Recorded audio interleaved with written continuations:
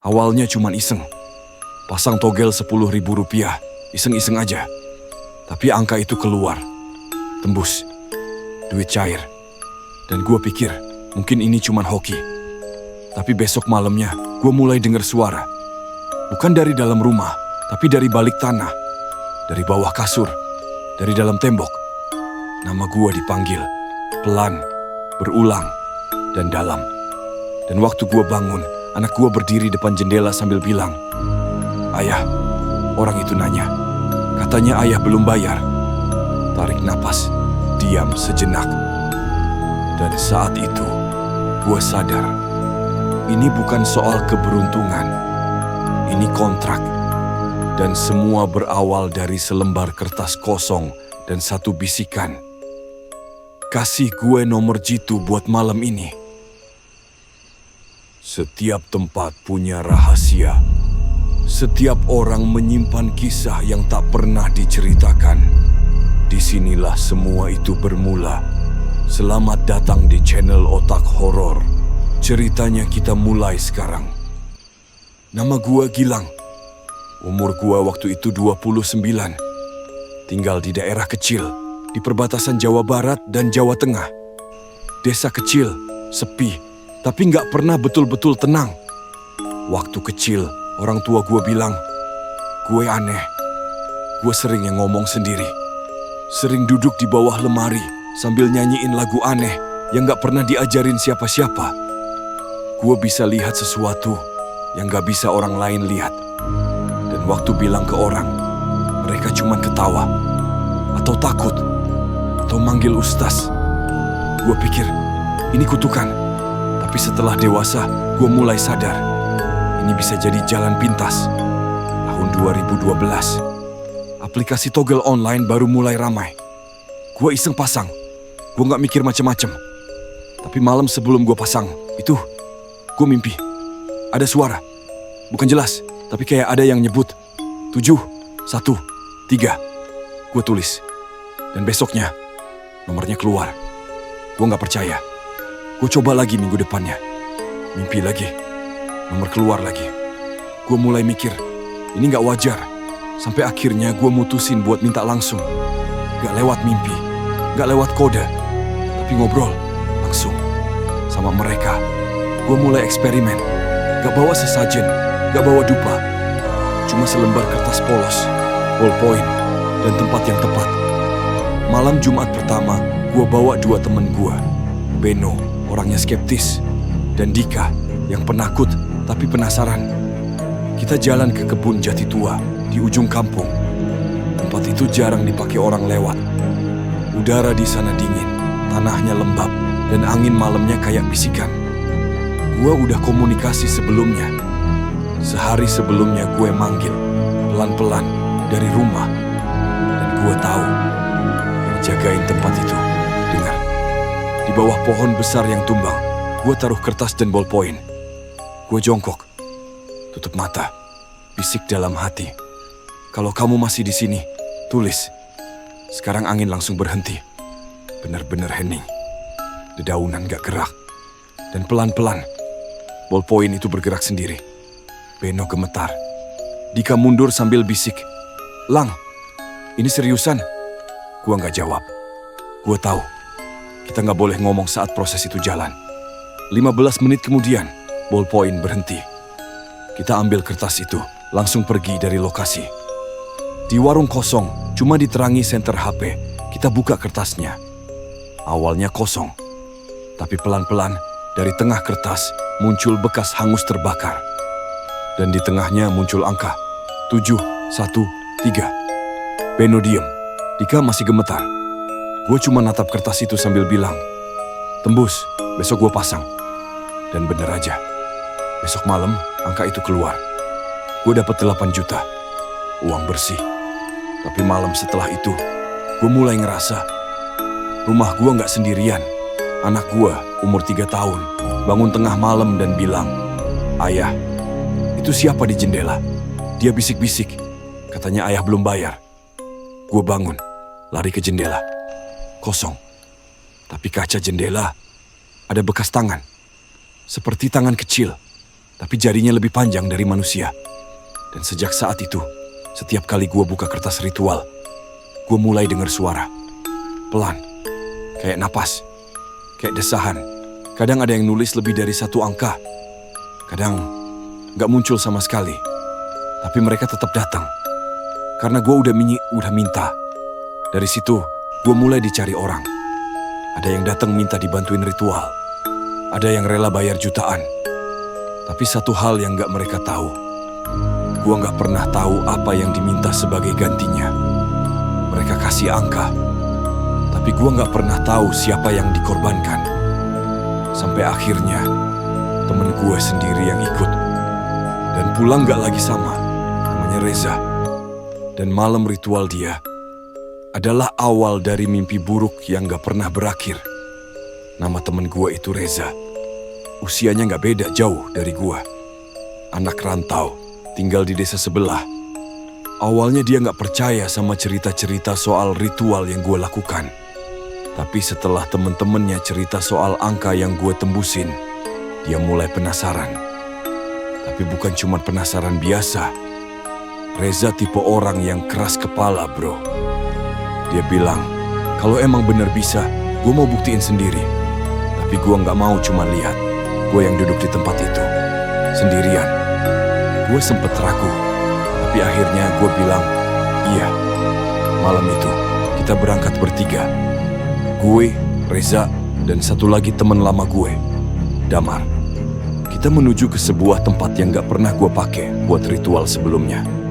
Lokasinya di ujung sawah, dekat area bekas kuburan massal zaman penjajahan. Ada satu pohon beringin tua di sana. Besar, menjulang, dengan akar yang seperti cakar tangan mengikat tanah. Udara di sana aneh, gak terlalu dingin, tapi bikin bulu kuduk berdiri. Angin lewat seperti napas panjang yang ditahan. Reza bilang dia gak mau pakai kertas, gak mau ballpoint. Dia pengen ngobrol langsung. Gue udah wanti-wanti. Ini bukan kayak nyapa tetangga depan rumah, Zah. Kalau lu manggil dan lu gak ngerti etika mereka, lu bisa kena. Tapi dia tetap kekeh. Biarin, katanya. Gue udah siap.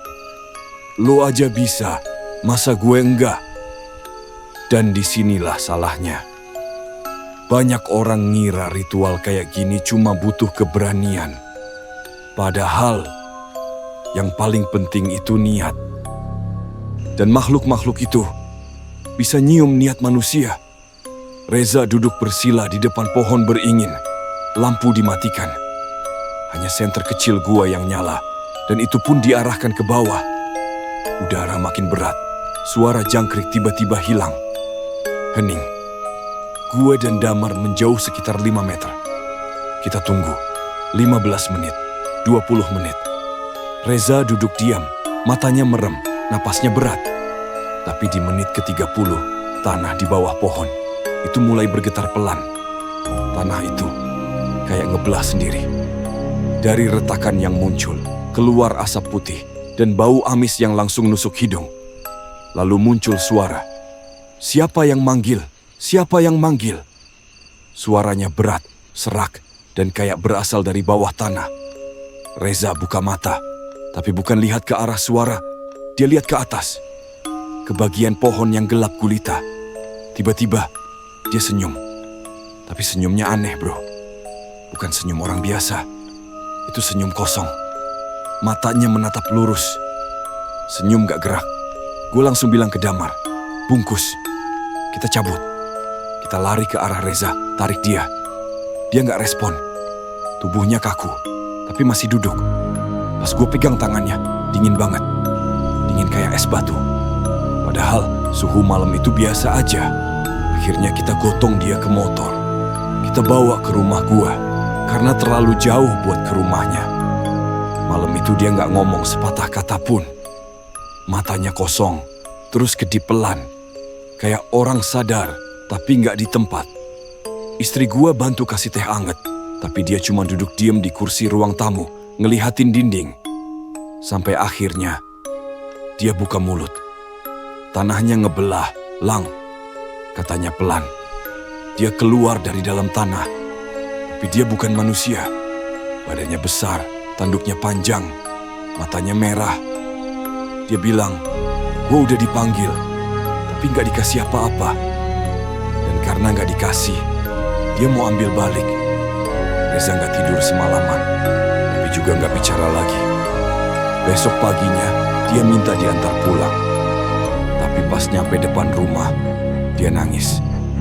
Katanya dia ngelihat makhluk itu berdiri di halaman rumahnya. Sejak hari itu, Reza gak pernah keluar rumah selama berminggu-minggu. Kata ibunya, dia ngomong sendiri tiap malam. Terkadang ketawa, terkadang nangis.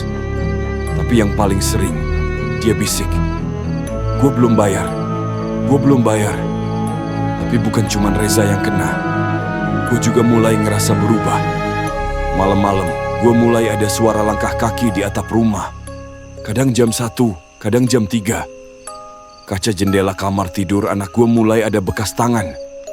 Bukan tangan manusia. Jarinya panjang. Kukunya kayak taring. Istri gue mimpi buruk terus. Kadang kebangun tengah malam sambil nangis. Katanya dia mimpi ada sosok tinggi besar. Bawa Raffi, anak gue, ke dalam lubang di tanah. Tapi yang bikin gue sadar semuanya udah kelewat batas adalah anak gue mulai gambar sesuatu di tembok kamarnya. Dia gambar angka. Banyak banget. Bukan cuma angka acak. Tapi angka-angka yang pernah gue tembusin lewat ritual. Ada 713. Ada 2509. Ada 9207. Semua ditulis pakai krayon merah. Dan waktu gue tanya, Raffi, kamu dapat angka ini dari mana? Dia jawab sambil senyum polos. Dari bapak yang berdiri di pojokan kamar. Setelah kejadian Reza, gue bener-bener tarik diri. Gue berhenti ngelayanin orang yang minta nomor. Tapi kayak itu candu, bro. Sekali lo ngerasain tembus dan lihat duit cair tanpa usaha, susah buat sepenuhnya berhenti. Walaupun gue udah kapok, orang-orang tetap datang. Ngetuk rumah, ngajak ketemuan. Kadang diem-diem nyelipin uang dalam amplop kecil. Gue tolak. Tapi ada satu yang bikin gue goyah. Namanya Ucup. Sopir truk, umur sekitar 30-an. Orangnya rendah hati. Dan bawa niat yang sangat meyakinkan. Dia datang malam-malam ke rumah gue. Bawa kopi, rokok, dan satu map berisi catatan angka. Katanya dia dulu pernah ikut ritual juga, tapi nggak pernah tembus. Sekarang, dia cuma mau satu nomor. Satu aja. Dia bilang siap bayar berapapun. Tapi bukan itu yang bikin gue akhirnya setuju. Dia bilang, saya mau coba di sungai itu, Kang. Sungai yang katanya dijagain buaya putih. Saya udah siapin semuanya. Sesajen, waktu, dan nyali. Gue langsung diem. Sungai yang dimaksud Ucup itu Sungai Seret. Letaknya di perbatasan desa. Arusnya lambat, airnya coklat keruh dan penuh mitos. Waktu kecil, gue pernah diajak ke situ sama bokap. Dia bilang, jangan main air di sini, Lang. Sungai ini bukan buat manusia. Tapi sekarang gue dihadapkan lagi sama pilihan yang sama. Bantu orang dan mungkin buka gerbang yang gak bisa gue tutup. 3 malam kemudian, gue, Ucup, dan 2 temannya, Oji dan Herman, berangkat. Kita bawa sesajen lengkap, kelapa muda, telur ayam kampung, nasi tumpeng, dupa, dan 1 botol air sumur. Gue gak biasanya pakai beginian, tapi malam itu gue nurut. Karena ini bukan permintaan gue, ini tempat mereka, dan mereka yang atur main. Sampai di lokasi, jam 11:30 malam. Udara sungai berat, kayak airnya diam, tapi rasanya mengintai. Gelap gulita, gak ada lampu, gak ada suara jangkrik. Kita taruh tampah berisi sesajen di tepi sungai, lalu dorong pelan-pelan ke permukaan air. Tampah itu ngambang, lalu pelan-pelan bergerak ke tengah sungai. Gak ada angin, gak ada arus. Tapi tampah itu kayak ditarik sesuatu. Gue dan Ucup duduk di tepi. Senter mati. Kita diam. 13 menit. Tiba-tiba, air sungai bergerak. Tampah itu balik ke arah tepi, tapi bukan kosong. Di atasnya ada kulit ular putih dan selembar kain basah yang di dalamnya. Ada tulisan arang. Kita buka. Kain itu nempel di tangan. Lengket. Bau amis. Tapi di dalamnya ada angka. 9207 angka itu nggak ditulis pakai spidol. Tapi kayak digores pakai bara panas di atas kain lembab. Ucup langsung gemetar. Tangannya berkeringat. Tapi matanya bersinar. Dia nyelipin angka itu ke dompetnya. Dan bisik, "Saya bakal pasang ini, Kang. Berapapun hasilnya, saya siap." Tapi kita belum selesai. Karena setelah tampah itu nyampe tepi, air mulai naik. Pelan-pelan, tapi pasti. Permukaan sungai seperti bernafas. Ada riak-riak aneh. Lalu, dari tengah arus, muncul gelembung besar. Diikuti oleh sesuatu yang naik. Sesuatu yang bukan manusia, bukan juga hewan. Setengah tubuhnya muncul, tinggi, panjang. Kulitnya licin seperti sisik, tapi hitam pekat. Matanya kuning terang, lidahnya bercabang. Tanduk tumbuh dari atas kepalanya. Sosok itu setengah manusia, setengah reptil. Dia menatap ke arah kami.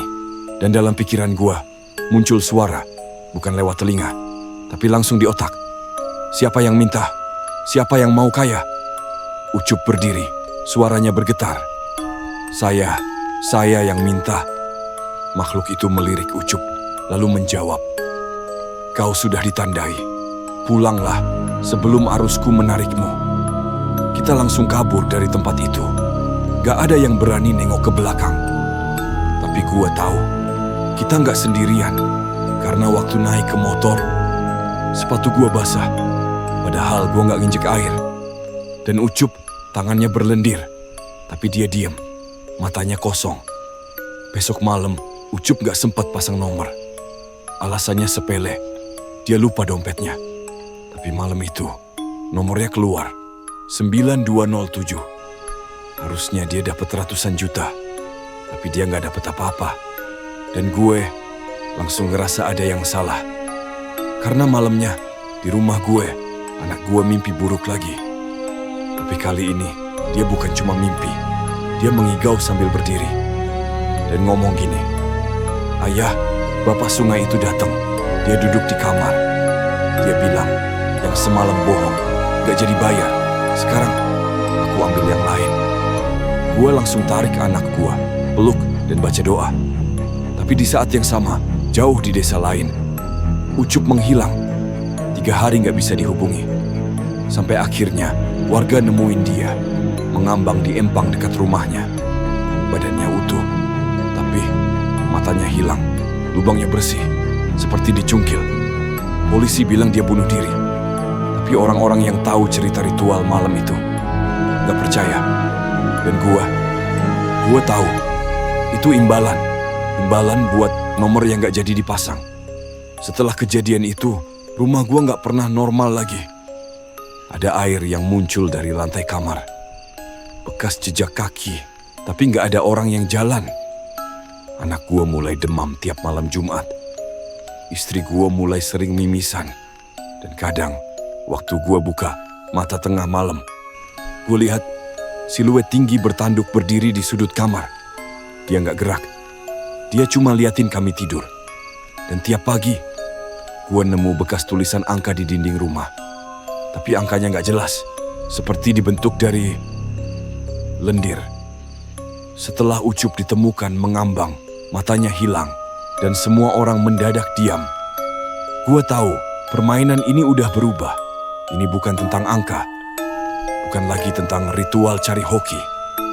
Ini udah soal siapa yang masih hidup dan siapa yang diambil diam-diam. Dan yang paling gue takutkan adalah anak gue sendiri jadi taruhannya. Rumah gue makin hari makin aneh. Suara dari atap makin sering. Tapi sekarang bukan cuman langkah. Kadang kayak ada suara gergaji kecil. Seperti sesuatu menggores kayu. Dan waktu gue naik ke loteng siang hari, gue nemuin garis bekas cakar panjang di balok kayu paling tengah. Garis itu berisi angka, tapi angkanya nggak lengkap. sengaja digores setengah jalan. Gua ngerti pesan itu. Kalau gua mau nomor lengkap, harus kasih imbalan lengkap juga. Anak gua, Raffi, makin aneh. Umur 3 tahun, harusnya lagi lucu-lucunya. Tapi dia mulai ngomong sendiri. Gambar angka-angka di dinding kamar. Dan parahnya, gambar itu nggak diajarin siapa-siapa. Bahkan cara nulisnya bukan dari TK. Gua tanya, "Raffi, kamu belajar angka dari mana?" Dia jawab sambil ketawa kecil. "Dari bapak yang suka berdiri di belakang kulkas." Istri gua mulai curiga. Dia bilang, "Kamu ada sembunyiin sesuatu dari aku ya, Lang? Rumah ini beda, dingin, berat, kayak nggak ada nyawa." Gua nggak bisa jawab. Sampai akhirnya, malam Jumat itu, semuanya berubah. Raffi demam tinggi, tapi anehnya, kulitnya dingin, matanya merah, dan di dahi anak gue muncul tanda seperti bekas tangan. 5 jari, gak lebam, tapi seperti tertekan dari dalam. Istri gue histeris. Gue cuma bisa duduk di pojokan kamar. Dan waktu gue pegang tangan Raffi, dia berbisik dalam tidur. "Ayah," dia bilang, "aku yang paling bersih." Katanya, "Kalau ayah gak mau bayar, aku bisa jadi ganti." Malam itu gue gak tidur. Gue duduk di ruang tamu. Semua lampu gue nyalain. Tapi sekitar jam 2 pagi, semua mati. Bukan mati lampu, tapi gelap yang berat. Gue bahkan gak bisa lihat tangan gue sendiri. Dan dari dalam kamar Raffi, gue dengar suara kayu retak. Gue buka pintu pelan-pelan. Anak gue tidur. Tapi ada sesuatu di pojok ruangan. Sosok tinggi, bertanduk, berdiri diam. Matanya menyala merah samar. Dia gak gerak, tapi bibirnya bergerak perlahan. Tapi suaranya gak keluar dari mulut. Suaranya langsung ke kepala gue. "Kau sudah diberi 4 kali, tapi tak pernah memberi. Kau tahu aturan mainnya."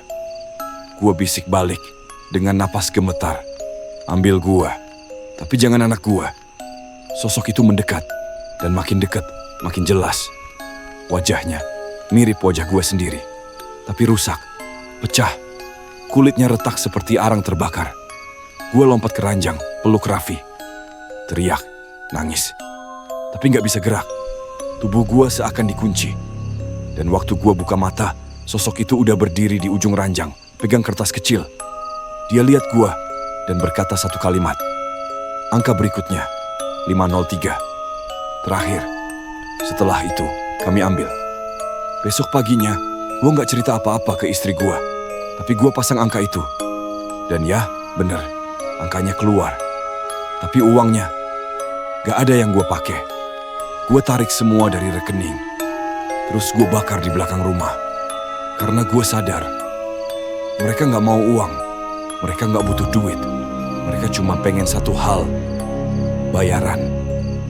Gue datengin lagi Pak Karwan, orang tua yang dulu sempet nasehatin gue. Dia lihat mata gue dan cuma bilang, "Kamu udah masuk terlalu dalam, Lang. Sekarang bukan soal kamu bisa keluar atau enggak, tapi soal kamu mau lepasin siapa buat bisa keluar." Gue tanya balik, "Kalau saya nggak pilih siapa-siapa, apa yang terjadi?" Pak Karwan diam lama, lalu bilang, "Mereka yang pilih, dan biasanya yang paling murni yang mereka ambil." Malam-malam berikutnya gue nggak tidur. Gue mulai minta maaf dalam hati. Bakar semua catatan angka gue. Hapus semua kontak orang yang pernah gue bantuin cari nomor. Gue mulai tobat. Tapi bukan tobat karena takut neraka. Gue tobat karena sadar anak gue bukan milik gue lagi. Dia udah dilihat sama mereka. Dan satu-satunya yang bisa gue lakukan cuma nunggu. Entah mereka ambil gue atau anak gue duluan. Semua hal buruk punya awal. Tapi gak semua punya akhir yang kita bisa kendalikan. Gue udah bakar semua catatan angka. Gue udah tobat. Udah berdoa. Udah mohon ampun. Tapi itu gak serta-merta bikin semua berhenti. Karena mereka gak kenal kata tobat. Mereka gak peduli kita sadar atau enggak. Yang mereka tahu cuma satu hal. Kamu sudah minta, kami sudah kasih. Sekarang kami minta balik. Setelah kejadian terakhir, waktu sosok bertanduk itu muncul dan ngomong ke anak gue langsung. Hidup gue gak pernah tenang. Gue gak kerja lagi. Gak berani keluar malam. Istri gue makin curiga, makin takut, dan makin jauh. Tapi anak gue, Raffi, dia malah terlihat lebih tenang. Dan itu yang paling gue takutin. Karena seolah-olah dia udah pasrah. Raffi sering senyum sendiri. Kadang waktu main mobil-mobilan, dia ngomong gini, "Ayah, nanti kalau aku udah dibawa, ayah jangan nangis ya. Soalnya yang bawa aku orangnya baik." Gue langsung peluk dia. Tapi pelukannya kosong. Dia nggak peluk balik. Matanya kosong. Dan waktu gue peluk, lebih erat. Gue ngerasa ada yang duduk bareng kami. Sesuatu yang dingin, yang baunya kayak lumpur. Tapi gue nggak berani nengok. Gue pergi ke makam bokap gue. Duduk lama di sana. Bawa rokok, baca doa, dan ngomong dalam hati. "Pak, kalau bisa ditukar, ambil nyawa saya. Tapi anak saya jangan." Gue sampai sujud di tanah. Tapi di tengah doa itu, tiba-tiba angin berhenti. Udara diam. Dan dari belakang pohon, di dekat makam, muncul suara. "Tukar boleh, tapi luka tetap harus ada." Besoknya, Raffi jatuh sakit. Panas tinggi, lemas, gak mau makan. Istri gue bawa ke rumah sakit. Tapi semua hasil lab bersih. Gak ada virus, gak ada infeksi. Tapi Raffi makin hari makin kurus. Matanya makin cekung. Dan tiap malam, dia cuman ngomong satu kalimat berulang-ulang. "Udah waktunya, udah waktunya." Malam itu, jam 3 dini hari, gue duduk sendirian di ruang tamu. Lampu padam sendiri. Dan dari arah kamar Raffi, gue denger suara. Suara gue sendiri. "Lang, ayo, sekarang giliranmu. Raffi udah bersih, tapi lo masih hitam." Gue berdiri, buka pintu kamar. Raffi tidur. Tapi berdampingan sama sosok yang pakai baju gue. Wajah gue, tapi gosong separuh. Dia senyum, angkat tangan, dan nunjuk ke arah gue. Lalu, hilang. Subuhnya, Raffi masih napas, tapi tipis. Gue peluk dia sambil nangis. Istri gue udah gak berhenti baca doa. Dan sekitar jam 6 pagi, Raffi buka mata, lihat gue, dan bisik pelan. "Terima kasih ya, udah nyoba nyelamatin aku. Tapi sekarang, gantian ayah yang pergi ya." Gue gak jawab, cuman angguk. Dan detik itu juga, Raffi berhenti. Napas dunia gue berhenti. Gak ada suara, gak ada rasa, gak ada air mata yang cukup buat nguatin dada gue. Pemakaman Raffi sepi. Gue sendiri yang mandiin, gue sendiri yang ngubur. Istri gue ninggalin gue seminggu kemudian. Dia bilang, "Aku gak sanggup lihat kamu tiap hari. Karena tiap aku lihat kamu, aku lihat orang yang bawa Raffi ke kematian." Sekarang gue tinggal sendiri. Di kontrakan kecil, di luar kota. Gak punya apa-apa, gak bawa barang. Cuman bawa satu, penyesalan. Kadang gue denger suara ketukan di malam Jumat. Kadang gue nemu angka acak di kaca kamar mandi. Tapi sekarang, gue gak minta lagi. Karena gue tahu, apapun yang dikasih gratis, pasti dibayar mahal.